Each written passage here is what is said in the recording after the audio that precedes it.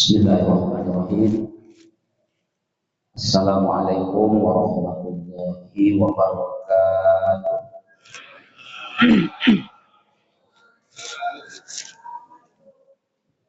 Alhamdulillah alladzi arsala rasulahu bil huda wa dinil haqq liyuzhirahu 'ala ad-din kullihi wa kafa billahi shahida. Asyhadu an la ilaha illallah wahdahu la syarikalah wa asyhadu anna Muhammadan 'abduhu wa rasuluh la nabiyya wa la rasula ba'dah. Rabbi shrah li sadri wa yassir li amri wahlul 'uqdatam min lisani yafqahu qawli. Qala Allah Ta'ala fil Qur'anil Karim, a'udzu billahi minasy syaithanir rajim. Afa hasibatum annama khalaqnakum abasa wa annakum ilaina la turja'un. Wa qala ta'ala wa ma khalaqatul jinna wal insa illa liya'budun. Yang kita muliakan dan semoga dimuliakan oleh Allah Ta'ala, Bapak Ketua RW, orang tua kami, tokoh-tokoh masyarakat yang kita muliakan dan semoga dimuliakan oleh Allah Ta'ala, Bapak Ketua bersama segenap pengurus Masjid Paripurna Darul Aman, imam dan takmir bersama seluruh jamaah kaum muslimin, kaum muslimat, tamu-tamu Allah yang berbahagia.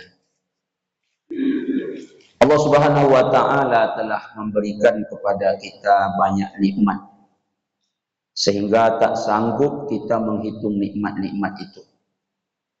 Untuk itulah Allah Ta'ala memerintahkan kita bersyukur, bukan memerintahkan kita menghitung nikmat. Bersyukur itu adalah kita taati Allah Ta'ala, perintahnya dikerjakan, larangannya ditinggalkan. Serta kita akui semua nikmat itu dari Allah Ta'ala. Kemudian kita puji-puji Allah Ta'ala dengan mengucapkan Alhamdulillahi Rabbil Alamin. Begitulah cara bersyukur. Mudah-mudahan Allah limpahkan berkah kepada kita. Allah Ta'ala redhoi kita, dan semoga Allah berikan balasan nikmat di dunia dan di akhirat berupa surga. Amin ya rabbal alamin. Nabi Muhammad SAW dalam berjuang tak pernah mundur walau selangkah, apalagi menyerah. Beliau berjuang tak pernah kenal lelah, bersimbah keringat, air mata dan darah, nyawa bahkan taruhannya. Kita takkan pernah bisa membalas jasa-jasanya. Maka untuk itu banyak-banyaklah bersolawat kepadanya dengan mengucapkan Allahumma salli ala Sayyidina Muhammad wa ala ali Sayyidina Muhammad. Mudah-mudahan dengan banyak bersolawat, syafaatnya dengan izin Allah Ta'ala kita peroleh nanti di hari kiamat. Amin ya rabbal alamin. Jemaah apa kabar, sehat? Semoga jemaah sehat selalu. Begitu juga dengan keluarga, dan selalu hendaknya dalam lindungan dan ridho Allah Ta'ala. Namun kalau ada mungkin jemaah dan keluarga kita yang sakit atau kurang-kurang sehat, semoga Allah berikan kesembuhan. Semoga Allah berikan kesabaran. Yang sakit dan sabar dapat dua untung. Untung pertama, dosa-dosa insya Allah dihapus oleh Allah Ta'ala. Untung yang kedua, diberi pahala yang tiada terkira. Kemudian orang-orang tercinta yang sudah meninggal dunia, atuk, nenek, ayah dan emak, anak, suami, istri, siapapun di antara keluarga kita, termasuk jemaah, semoga Allah Ta'ala melapangkan kuburan mereka selapang-lapangnya. Semoga Allah indahkan kuburan mereka seindah taman-taman surga. Allah terima amal ibadah mereka, diampuninya salah silap dan dosa mereka. kita yang masih hidup saat nanti tiba ajal, semoga husnul khatimah di akhirat, kiranya Allah kembali pertemukan kita dengan keluarga di dalam surga. Amin ya rabbal alamin. Jemaah yang berbahagia, ayat yang kita baca pada muqaddimah tadi adalah ayat 115 dalam surah Al-Mu'minun dan ayat yang ke-56 di dalam surah Az-Zariyat. Di dalam dua ayat itu Allah menyebutkan bahwa kita diciptakan oleh Allah Ta'ala tidak main-main. Dan Allah menciptakan kita bukan untuk bermain-main. Lalu untuk apa Allah Ta'ala menciptakan kita? Allah Ta'ala menciptakan kita adalah untuk beribadah kepadanya. Maka dengan ibadah itu paling tidak 3 hal kita dapatkan. Yang pertama, Allah berikan pahala. Yang kedua, Allah ampuni dosa-dosa kita. Itu disebut dengan tazkiyah. Lalu yang ketiga, dengan rahmat Allah Ta'ala, maka balasannya di akhirat adalah surga dan segala kenikmatan yang ada di dalamnya.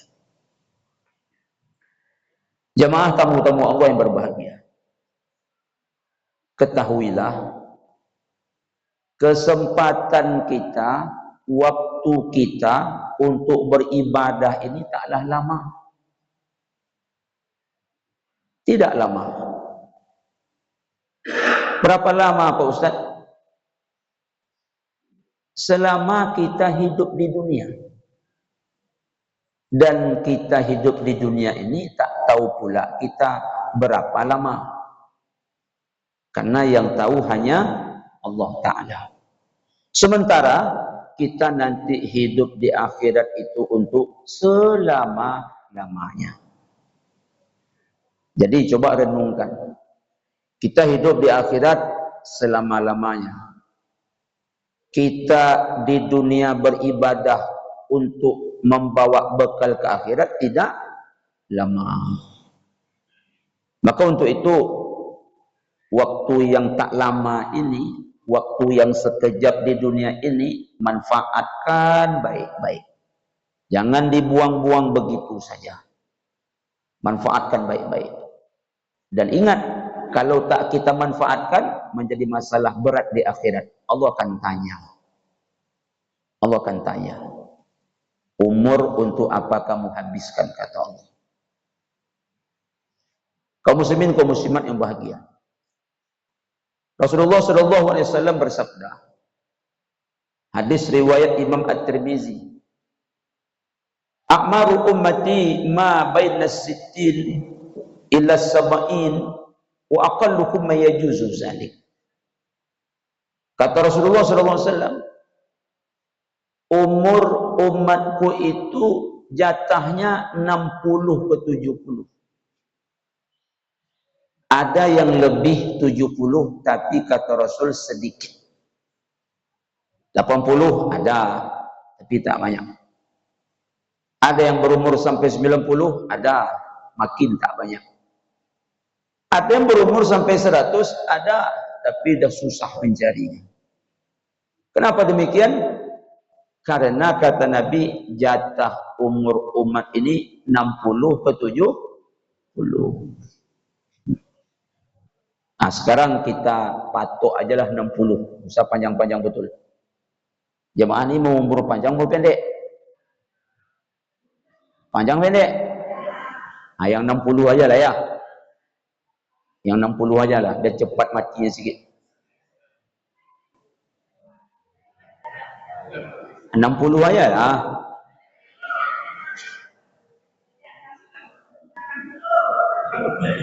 Nah, 60 lah. Katakanlah umur kita 60. Umur 60 tadi itu untuk ibadah semuanya? Tidak. Umur 60 tadi untuk ibadah semuanya? Tidak. Banyak bagi-baginya tu. Nah, sekarang kita bagi 3 aja lah. Kita bagi 3. Tidur kita menurut ahli kesehatan itu normalnya sehari semalam 8 jam. Itu tak termasuk tidur waktu Ustaz ceramah tu. Karena kadang-kadang Ustaz ceramah dia tidur juga. Ini tidur normal. Jadi kalau kita tidur sehari semalam 8 jam, umur 60, berarti berapa umur terpakai untuk tidur? 20 tahun. Kalau masuk tidur waktu ceramah, berarti 30 habis umur untuk tidur. Tapi tidur waktu ceramah, sepakat tak kita pakai ya. Berarti dah berapa umur habis untuk tidur? 20 tahun. Bekerja sehari semalam plus istirahat 8 jam. Ini hitung-hitung kasar nih. Berarti berapa umur habis untuk bekerja dan istirahat? 20 tahun. 20 tambah 20, 40. Untuk ibadah tersisa 20 tahun saja. Berapa tersisa lagi untuk ibadah? 20 tahun.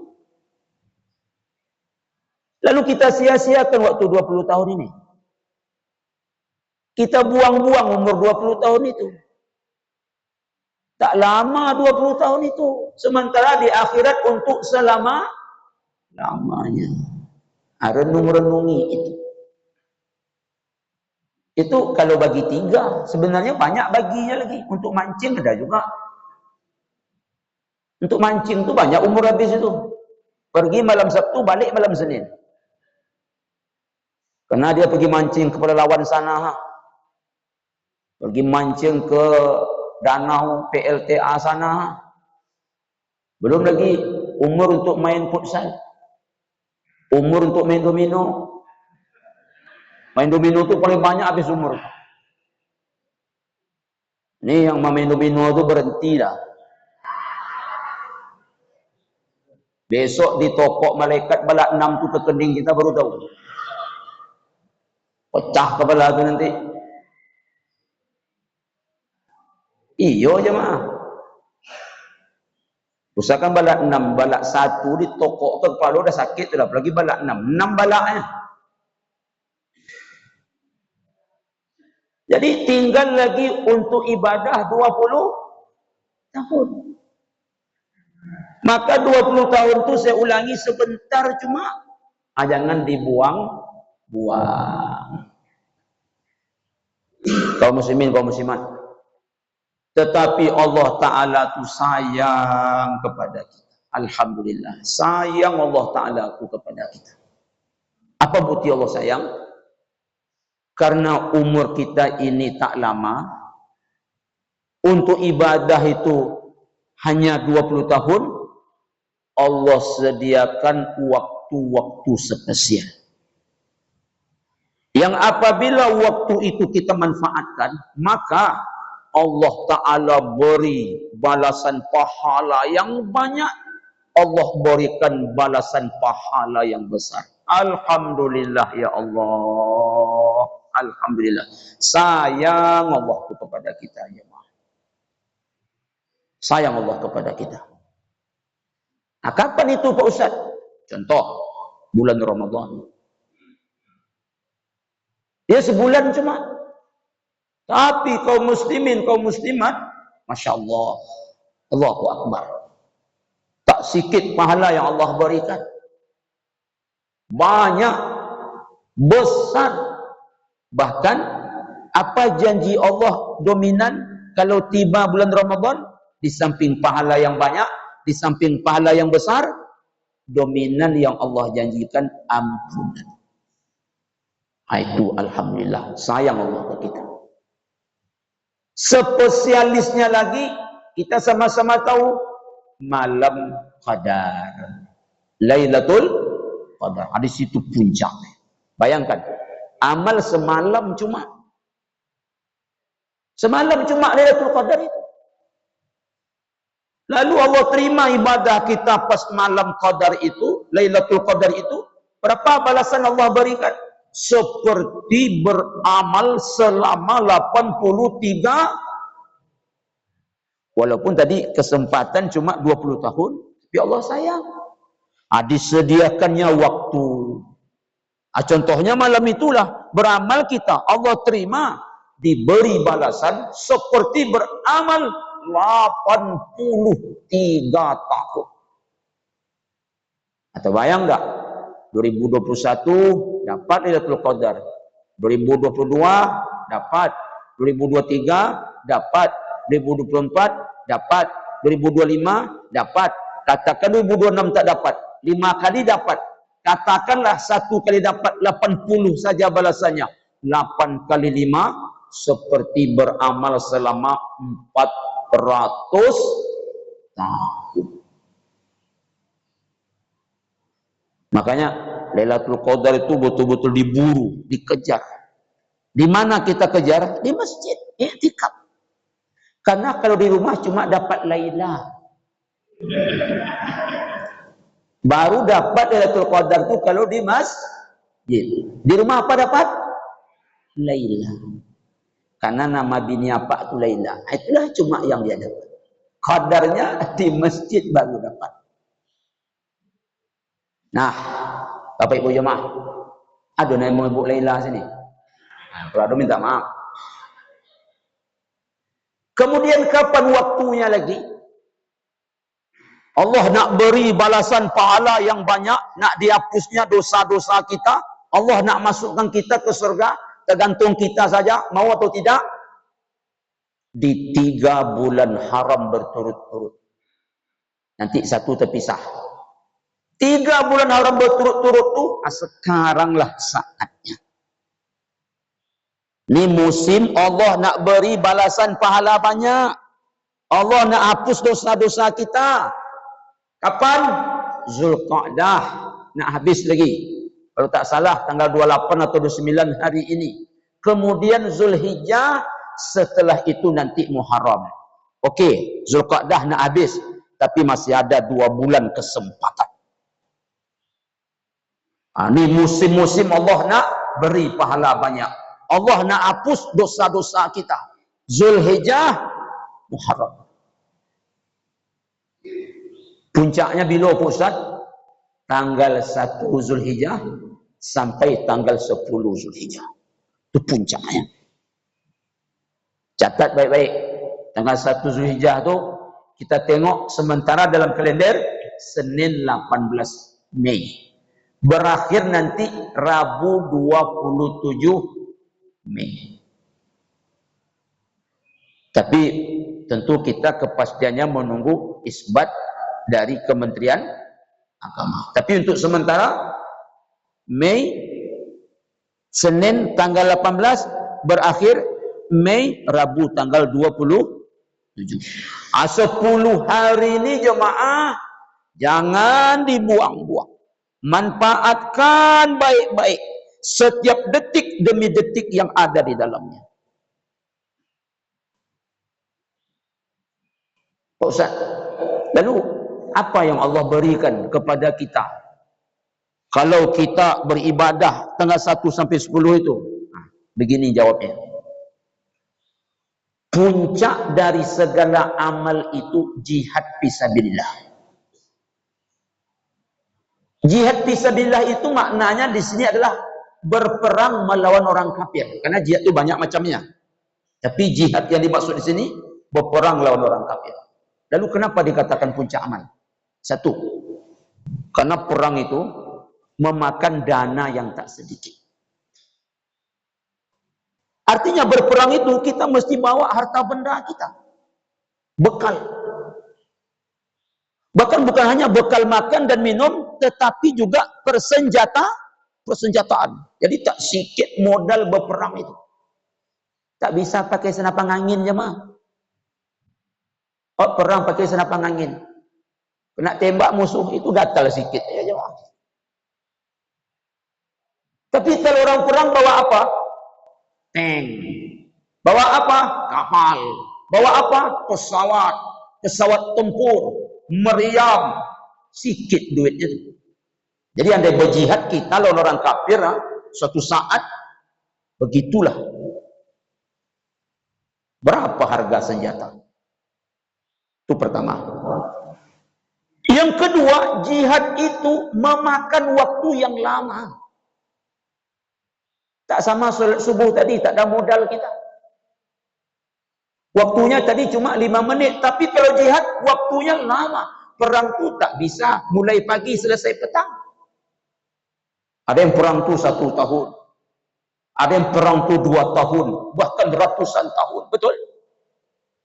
Perang salib itu 100 tahun lebih. Kita berperang melawan musuh bernama Belanda dulu 350 tahun. Lama. Apa yang ketiga? Tenaga. Tenaga. Apa yang keempat? Resikonya mati. Banyak dananya, banyak waktunya, banyak tenaganya, mati risikonya. Maka jihad fisabilillah itu puncak amal.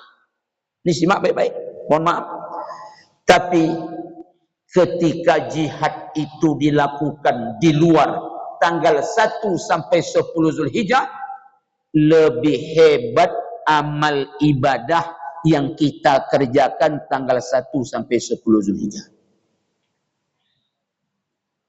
Beramal lawak tanggal 1 sampai 10 Zulhijjah lebih hebat amal lawak itu lagi, lebih besar pahalanya lagi, lebih banyak kita dapat ampunan lagi dibandingkan jihad seperti tadi tapi dilakukan di luar tanggal itu. Kecuali yang berjihad itu tak pulang lagi.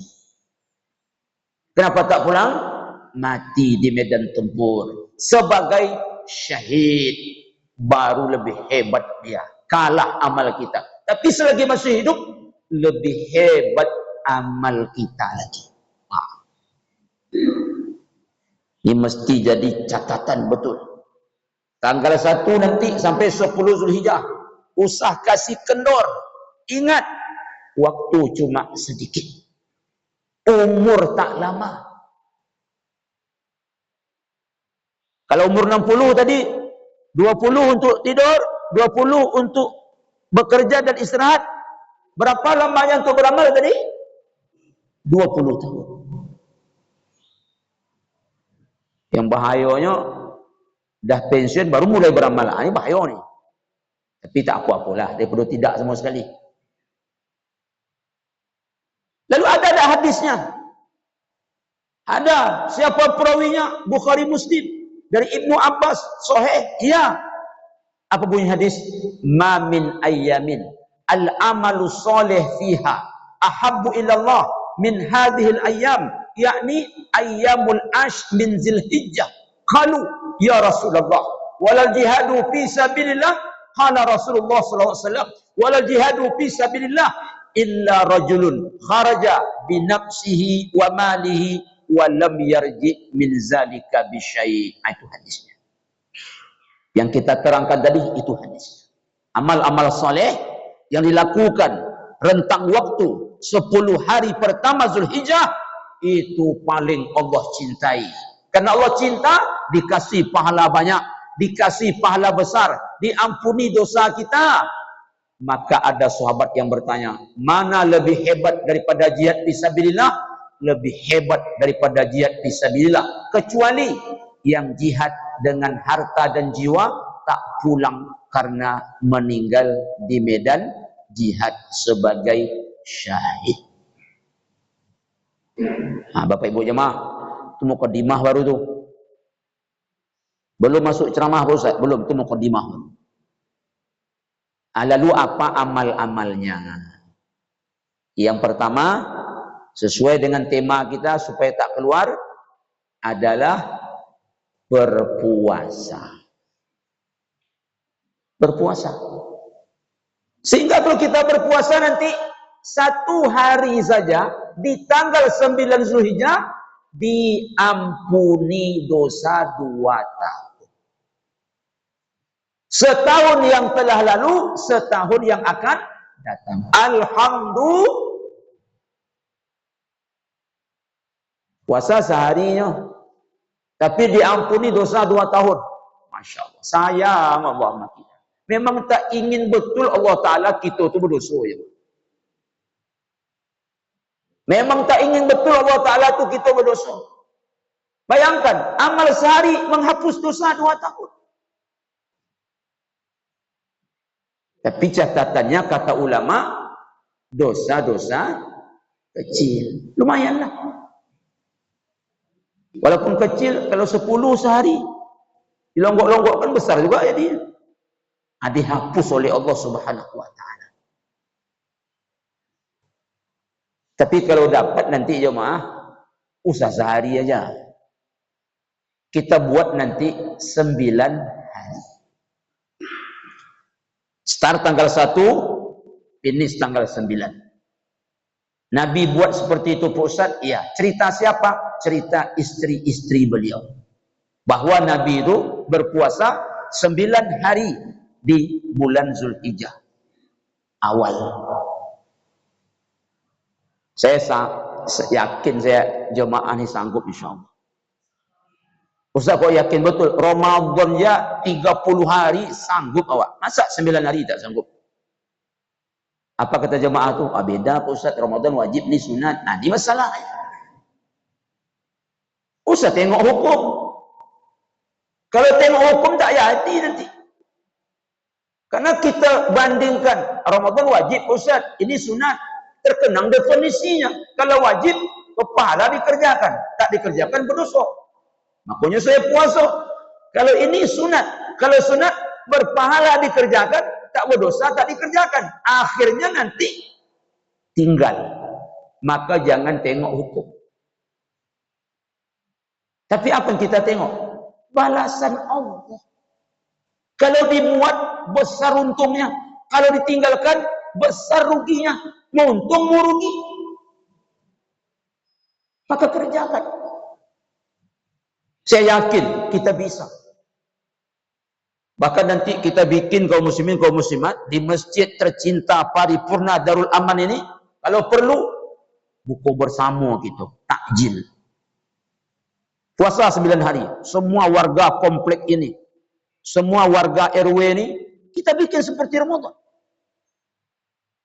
Puasa kita 9 hari itu. Di mana kita berbuka pakai takjil pusat? Di masjid. Ibu itu bawa semangka, ibu itu bawa air kelapa muda, bapak itu bawa selalawuk, bapak itu bawa bakwan, bapak itu bawa risoles, takjil di sini, berbuka bersama-sama kita. Kenapa Ramadan bisa, Zulhijjah tak bisa? Tapi usah tengok hukum. Tapi yang tak puasa, usah ikut makan ya. Pas sudah qomat aja datang. Bila datang, yang tak puasa, pas sudah qomat. Begitu Allahu Akbar, baru tiba. Kadang-kadang tak puasa datang pula, ikut pula makan. Jadi kita bikin nanti seperti itu. Kompak kita, warga RW kita ni, jemaah paripurna Darul Aman ini. Istri ingatkan suami, suami ingatkan istri. Puasa kita dek, puasa kita bang, puasa kita nak. Kita bikin seperti Ramadan. Malam-malam tu kita bangun sebelum sahur tahajud dengan anak bini kita. Kemudian kita sahur. Kita bikin seperti Ramadan. Kalau begitu insya-Allah jalan nanti. Karena kadang-kadang kenapa kita tak puasa? Kadang-kadang bukan hanya perkara sunatnya saja. Tak kompak. Istri puasa, suami tidak. Suami sudahlah tak puasa, banyak pula permintaan. Pagi lagi dah minta teh telur. Bini puasa dia. Minta nasi goreng kampung. Akhirnya mengamuk bininya. Macamnya tolok dah bang katanya. Aku puasa abang dah. Abang dah minta telur pagi-pagi. Dah minta nasi goreng kampung pagi-pagi. Kalau gitu sesama tak puasa lah katanya. Dah. Tak puasa ini. Watawasau bil haq watawasau bis sabr. Ad-dinun nasiha. Jika perlu suami ingatkan istri, istri ingatkan suami. Orang tua ingatkan anak. Puasa gitu. Lalu apa yang kita dapatkan? Ampunan. Jadi bukan hanya puasa Ramadan aja, puasa sunat ini pun janji Allah paling dominan itu ampunan. Ini kalau tak salah, udah pernah saya bahas sedikit waktu ceramah zuhur bukan ceramah zuhur, nak berbuku di masjid kita waktu malam nuzul. Jadi puasa itu yang paling dominan ampunan Allah. Dan itu bukan hanya puasa Ramadan, termasuk yang sunat-sunat. Kenapa? Karena ibadah puasa ini adalah satu ibadah yang paling hebat memanage hawa nafsu kita. Sampai-sampai apa kata Rasulullah? Huffatil jannah bil makari wa huffatin nar bis syahwat. Jalan ke surga itu disenangi oleh syahwat. Jalan ke surga itu, jalan ke neraka itu disenangi oleh syahwat. Jalan ke surga itu syahwat tidak suka. Bagaimana supaya kita bisa memendung nafsu syahwat yang jahat tadi? Berpuasa. Jadi puasa itu ibadah paling hebat membendung nafsu syahwat yang jahat tadi. Dan itu jalan ke surga. Makanya ketika seorang udah sampai umur untuk menikah, tapi maaf belum punya kemampuan, apa nasihat Rasul kepada pemuda yang sudah sampai umur tapi belum sempurna dari segi finansial, belum ada kemampuan, belum ada ba'ahnya? Puasa. Kenapa Rasul suruh puasa? Dengan itu bisa memendung nafsu syahwat. Kaum muslimin, kaum muslimat, mohon maaf, kenapa Allah dominan janjikan ampunan lewat puasa? Mohon maaf, karena dosa kita banyak. Dosa kita banyak. Setuju jemaah pernyataan itu tuh? Agak-agak lain wajah jemaah saya tengok. Betul, dosa kita banyak. Dosa kita banyak ya Pak. Dari mana Ustaz tahu dosa kita banyak? Kullu bani Adam khata. Manusia itu, anak cucu Adam itu, kata Rasul, banyak salahnya. Rasul yang ngomong seperti itu. Kullu bani Adam khata. Ini hadis riwayat Imam At-Tirmizi. Itu hadis Pak Ustaz, hadis. Saya ingin Pak Ustaz Al-Quran. Innan nafsa la ammaratun bisu. Surah Yusuf 53 kalau tak salah. Sesungguhnya nafsu itu apa kecenderungannya? Menyuruh kita berbuat keburukan. Jadi kita ini banyak salah. Kita ini banyak dosa. Dosa lama, dosa baru, dosa kecil, dosa besar, sengaja, tak sengaja, dilakukan sembunyi, terang-terangan, ada semua itu. Ada semua. Yang godang banyak, yang sikit tak sedikit. Yang lama masih ada, yang baru lah betul tumpuk pula. Banyak dosa kita. Mohon maaf ni. Allah hadirkanlah satu amalan, dan apa yang dominan dijanjikan di situ? Ampunan. Kesempatan selama 9 hari ini. Kesempatan. Ini hari terbaik ini. Wal fajri walayalin ashrin. Sampai-sampai Allah bersumpah dengan 10 pertama bulan Dzulhijjah. Saking apa? Luar biasanya. Yang bersumpah langsung Allah Ta'ala. Jemaah. Nabi Muhammad SAW itu tak ada dosa. Beliau maksum. Tak ada dosa Nabi, beliau maksum. Tapi Nabi walaupun tak berdosa, maksum merasa berdosa. Aneh, kita banyak dosa, pendosa merasa bersih. Apa bukti Nabi Pak Ustaz maksum? tak berdosa tapi Nabi merasa berdosa? Ada satu doa yang sering beliau baca dalam sujud. Sahih, riwayat Imam Muslim. Apa doa Nabi? Kita sama-sama tahu. Allahumma gfirli zambi kullah. Ya Allah, ampuni dosaku semuanya. Yang mana? Tak ada. Tapi begitu doa Nabi ketika sujud basah sajadah. Ya Allah, ampuni dosaku semuanya. Tak yang mana-mana dosa Nabi itu. Tak ada. Tapi begitu doa beliau. Bahkan beliau rinci lagi. Biqahu wajillah. Yang kecil ya Allah sampai yang besar. Wa awalahu wa akhirah. Dosaku yang pertama dulu ya Allah sampai yang terakhir. Wa alaniyah wa sirah. Yang kulakukan terang-terangan ya Allah. Dan yang kulakukan sembunyi-sembunyi. Kapan Nabi buat dosa terang-terangan? Tak ada. Kapan Nabi buat dosa sembunyi-sembunyi? Tak ada. Mana dosa lama Nabi? Tak ada. Mana dosa baru Nabi? Tak ada. Mana dosa besar Nabi? Tak ada. Mana dosa kecil Nabi? Tak ada. Tapi beliau merasa punya itu semua. Maka beliau letakkan keningnya di atas sajadah. Bersimbah air mata. Basah sajadah. Allahumma gfirli zambi kullah. Biqahu wajillah. Wa awalahu wa akhirah. Wa alaniyah wa sirah. Yang paling pantas membaca doa itu kita. Kita paling pantas. Ya Allah, ampuni dosaku semuanya. Pas. Dosa yang kecil, dosa yang besar ya Allah. Memang betul. Yang lama, yang baru, iyo juga. Yang dilakukan sembunyi-sembunyi, terang-terangan, iyo juga. Untuk mendapatkan itu, kesempatan itu sudah di depan mata. Kesempatan itu sudah di depan mata. Bayangkan, sehari di Arafah kita berpuasa, diampuni dosa 2 tahun. Terbayang tak? Tanggal 1 sampai tanggal 9.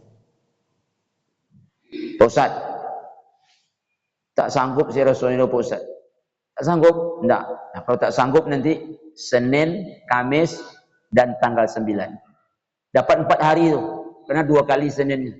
1 kali Kamis, tambah 9 Zulhijjah Arafah. 4 kali. Tak sanggup juga, minimal tanggal 9 Zulhijjah. Tak sanggup, urus surat keterangan tak mampu kata lurah. Urus surat keterangan tidak mampu. Tapi bapak tu pakai mobil Pajero pula ngurusin. Yang diurusnya surat keterangan tidak mampu. Bertanya Pak Lurah. Ini surat keterangan tak mampu apa pula ni? Bapak pakai Pajero. Tak mampu puasa. Tak mampu puasa. Nah, nanti tanggal 10-nya dilengkapi menjadi 10 hari. Tetapi yang tanggal 10 tidak bermula dari azan subuh, berakhir azan maghrib. Bermula dari azan subuh. Berbuka pulang dari salat. Menahan istilahnya. Usah sampai sore pula. Haram hukumnya. Jadi dilengkapi menjadi 10, tapi bedanya yang tanggal 10 cuma kurang lebih 3 jam saja. Azan subuh mulai menahan. Kapan berbuka? Pulang salat. Nah, kalau Nabi berbukanya pulang salat dengan kurbannya. Karena Nabi itu menyembeli sendiri. Dia sembeli kambing itu tapi belum dikuliti, dicincang lagi. Diambil bagian hatinya. Langsung Nabi masak, kemudian Nabi makan. Berbukalah Nabi dengan hewan kurbannya. Kalau kita tak bisa contoh macam itu. Karena sapi kita urutan 17. Berapa nomor urut sapi kita? Urutan 17. Apa kata bapak tu? Aku ikut sunnah Nabi. Pokoknya aku berbuka pakai daging kurban aku. Besok pagi baru berbuka. Jadi kita berbuka tak perlu pakai daging kurban. Kalau bisa mantap. Jadi pakai apa Bu Ustaz? Pakai opor ayam yang ibu masak. Pakai rendang yang ibu masak tu. Pakai itu berbuka. Menjadilah dia 10 hari. Cuma yang hari ke-10 menahan. Kaum muslimin, kaum muslimat. Setelah salat, setelah kita menahan, setelah kita makan, Berbuka ada ibadah kedua, tazkiyahnya juga luar biasa. Apa itu? Kurban. Apa yang dibersihkan oleh kurban itu Pak Ustaz? Membersihkan sifat-sifat maaf kebinatangan yang ada dalam hati kita. Wah, ini tazkiyah luar biasa lewat kurban ini. Jadi hikmah terbesar kurban itu di samping menguji keikhlasan, apalagi hikmah kurban itu membunuh, memutuskan sifat-sifat dahaim di dalam hati kita. Apa itu? Suka menyerang. Apa itu? Tak peduli alal haram. Kan itu sifat binatang kaum muslimin, kaum muslimat. Nah, dipotong ini lewat korban tadi. Dan korban yang mencapai seperti itu di gimana Pak Ustaz? Ini dalilnya. Watslu alaihim naba'a banai adama bil haqq in qarraba qurbanan fatuqbila min ahadihima wa lam yutaqabbal minal akhar qala la aqtulannak qala inna ma yataqabbalu Allahu minal muttaqin. Singkat cerita, ini kisah dua putra Adam. Dua-duanya berkorban. Qabil berkorban, Habil berkorban. Qabil ditolak, Habil diterima. Apa sebab? Qabil hatinya berpenyakit. Maka dipersembahkan korban-korban yang cacat dan berpenyakit. Itu dia. Habil hatinya sehat. Dia persembahkan korban yang sehat. Apa bunyi penutup ayat? Innama yataqabbalullahu minal muttaqin. Sesungguhnya Allah hanya menerima ibadah korban dari hati yang bertakwa. Al-Quran. La yanalallaha luhumuha wala dima'uha walakin yanaluhu taqwa minkum. Darah dan daging korban takkan pernah bisa mencapai keridhaan Allah. Yang bisa mencapai keridhaan Allah, ketakwaan. Jadi saya ulangi, kenapa korban Qabil ditolak? Hati bermasalah. Kenapa korban Habil diterima? Hati tak bermasalah. Maka korban pada dasarnya untuk menyelesaikan masalah hati. Jemaah, korban ini saya mohon maaf tak tanya di sini berapa korban per orang ya, supaya pembahasan saya ini objektif. Korban itu yang paling bagus adalah mahal. Mahal. Makin mahal makin bagus. Siapa nyuruh korban mahal Pak Ustaz? Syariat. Siapa pembuat syariat? Allah dan Rasul. Dari mana Ustaz tahu korban paling bagus mahal? Ini kita mengaji sikit ini jemaah. Ini tak cukup waktu ini sampai duha mau ini. Pertama coba bayangkan dari segi jenis hewan. Unta, sapi, kambing, domba. Apa namanya nih? Hewan ternak. Lele tak boleh jemaah. Lele tak boleh. Dibawa lele 3 keranjang. Ini korban aku katanya. Kok lele? Awak beternak lele. Tak termasuk ternak lele jemaah. Karena lele 30.000 sekilonya, murah, tak laku. Jadi korban tu mahal. Atau bapak tu umpamanya ternak ayam potong jemaah. Pas 10 Zulhijjah diantaranya ke Darul Aman. Ini korban aku 3 kandang katanya. Tak sah. Tapi aku ternak. Okey, bapak ternak, tapi ternak apa dulu? Ternak ayam. Ternak apa? Ternak sapi. Mana mahal sapi dengan ayam? Ternak unta. Mana mahal unta dengan ayam? Dari sini pahamlah kita, korban itu mahal. Ini simak baik-baik urut ceramah saya ini, mahal. Kemudian sudahlah ditentukan hewannya, Allah dan Rasul tentukan umurnya. Apa hadisnya? La tazbahu illa musinnah. Tak sah korban kecuali yang musinnah. Apa itu musinnah? Sampai umur. Sehingga ada ulama berpendapat tak sah korban di bawah umur. Mesti sampai umur. Berapa umurnya? Musinnah itu bahasa Arab. Berasal dari kata sinnun. Sinnun itu dua artinya. Gigi dan umur. Karena umur dan gigi itu satu kesatuan. Bayi kenapa belum bergigi? Umurnya masih 1 hari. Umurnya masih 2 hari. Bapak itu kenapa tak bergigi? Umur dah lanjut. Jadi umur sama gigi itu satu kesatuan tu jemaah. Lalu apa maksudnya tak sah korban kecuali musinnah? Kalau sapi musinnahnya 5 tahun. Maaf, onta 5 tahun. Maknanya onta kalau sudah umur 5 tahun, gigi bawaan dah lepas, dah berganti gigi baru. Tak boleh di bawah itu. Kalau sapi musinnahnya 2 tahun, maknanya sapi kalau 2 tahun tu gigi bawaan lahir dah tanggal tu, dah berganti gigi baru semua. Tak sembarang. Di bawah itu tak sah kata ulama. Ibarat salat syaratnya beruduk, tak beruduk tak sah salat. Syarat korban sampai umur, tak sampai umur tak sah.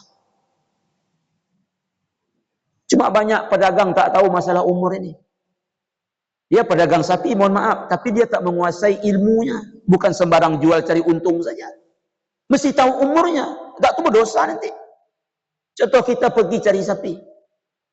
Lalu kita tanya, berapa umurnya? Kata dia, orang tak ada tanya umur, tanya harga semua katanya. Berarti paham kawan satu. Berarti tak paham. Nah, kita pahamkan dia. Umurnya kalau sapi minimal 2, boleh 3, boleh 4, boleh 5, tapi minimal 2. Apa katanya? Tak ada akte kelahirannya katanya. Tak ada kakak, tak ada KTP katanya. Kalau kasih tahu betul tambah main-main dia. Begitu Bapak Ibu. Kenapa bukan sapi umur 5 bulan? Kekecilan, murah harganya. Kenapa bukan sapi umur 45? Ketuaan, murah juga harganya. Yang umur 3 tahun tu korbankan. Yang sedang bedagok-bedagok tu. Yang sedang gagah-gagah tu. Yang sedang ganteng-ganteng tu. Yang sedang bertenaga tu. Itu serahkan ke Allah. Tak boleh cacat, tak boleh sakit, tak boleh buta, tak boleh pincang. Apa yang terbayang? Mahal. Yang mahal tu persembahkan. Kalau tidak tu jadi kobil nanti. Mengapa kobil? Korban juga. Tapi yang sakit diserahkannya. Yang cacat diserahkannya. Yang pincang diserahkannya. Maka dia tak diterima korbannya oleh Allah Ta'ala. Korban tu mesti mahal. Iya, saya ulangi. Mesti mahal. Itulah ayat yang kedua kita baca tadi. Falamma balagha ma'ahu sa'ya. Tak kala Ismail berusia balik. Balik itu apa maknanya? Remaja. Remaja itu usia-usia kapan? SMA, usia kuliah. Itu berat tu jemaah. Itulah yang termahal. Kenapa bukan Ismail usia 5 bulan? Tak seru, masih murah nilainya.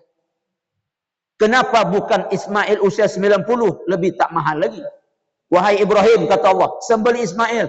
Ya Allah, 90 tahun umur, tak lama mati juga lagi ni katanya. Tak seru. Usia balik sedang gagah-gagah tu, itu korbankan. Maka kalau kita bawa ke hewan, ditentukan jenisnya, ditentukan umurnya, tak boleh sakit, tak boleh pincang, tak boleh cacat, berarti mahal Pak Ustaz? Ya, yang itu persembahkan. Makanya kalau di Darul Aman mahal korban, umpamanya 3 juta, usah ngomel-ngomel, usah marah-marah, tapi ucapkan, Alhamdulillah ya Allah. Karena makin mahal, makin mendekati kesempurnaan. Di sini 3 juta, di sebelah 2.700.000, pindah dia ke sebelah. Mana nama Pak tak nampak Pak? Aku pindah sebelah, mahal kali sini katanya. Meleset apa yang satu tu. Tapi lumayanlah pindah kan. Bapak yang satu tu begitu kita tanya, kenapa nama bapak tak ada? Awak off tahun ini dulu katanya, mahal kali katanya. Lebih meleset lagi ni. Off. Tapi di Darul Aman, di warga Pak RW kita insya-Allah tak ada macam itu. Insya-Allah. Orang banyak duit semua sini ni. Jadi 3 juta itu mantap. Kalau perlu 28, bilang sama panitia. Sepakat sama jemaah. Nanggung 28, 3 sajalah. Tapi macam ini tak ada lah. Yang ada adalah 23, 28 aja lah, sama tempat lain. Itu ada mungkin. Kaum muslimin, kaum muslimat, saudaraku yang berbahagia. Sebagai penutup, mahal pun katakan 3 juta, saya katakan murah meriah. Apa maksud Ustaz nih? Tadi mahal, sekarang murah meriah pula. 3 juta tuh korban mesti mahal. Tapi kenapa Ustaz bilang murah meriah? Bandingkan dengan kendaraan kita. Usah Pajero lagi, usah Fortuner lagi. Bandingkan Agia aja lah.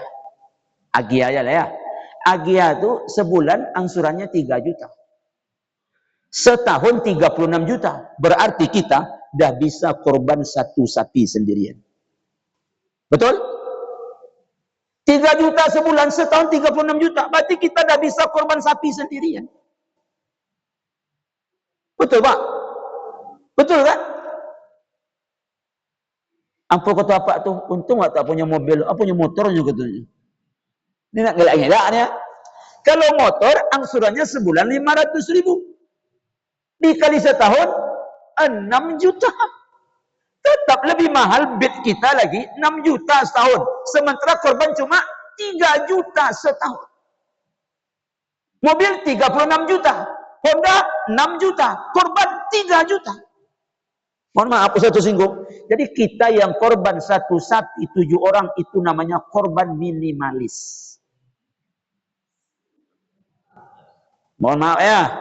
Korban minimalis. Yang maksimalis itu apa? 1 kelompok, aku seorang. Itu maksimalis itu. Insya Allah tahun depan ada yang maksimal-maksimal. Kalau tadi minimalis semua, untung-untung tahun depan banyak yang maksimalis. Kelompok 1, aku sendiri. Kelompok 2, aku sendiri. Mobil Pajero, Fortuner, kelompok 7. Malulah. Mobil Camry. Macam itu segan pula awak. Itu mobil PRW tu. Awak selalu lewat depan rumah dia, nampak masalahnya. Macam mana ini? Sedap tak sedap pula perasaan saya ceramah hari ini. Ini mobil Fortuner, tapi korban minimalis. Besok yang Fortuner, yang Pajero tu maksimalis lah. 1 sapi 1 orang. Iya kan? Setuju je mah? Ini tahun depan tak kena undang tak tidak ceramah lagi macam ni. Kau muslimin. Nah, di akhirat nanti hewan korban kita tu kaki 4 lah saya istilahkan. Kalau mobil kita roda 4 lah saya istilahkan. Yang nolong kita di akhirat bukan yang roda 4 tapi yang kaki 4. Innaha la ta'ti yaumal qiyamah biquruniha wa ash'ariha wa azfariha. Datang hewan korbanmu di hari kiamat lengkap dengan tanduk, bulu dan kukunya. Kaki 4. Bagaimana bentuknya Allah yang tahu. Ada literatur kita baca katanya sebagai kendaraan. Wallahu a'lam. Tapi yang jelas dia datang. Pajero datang.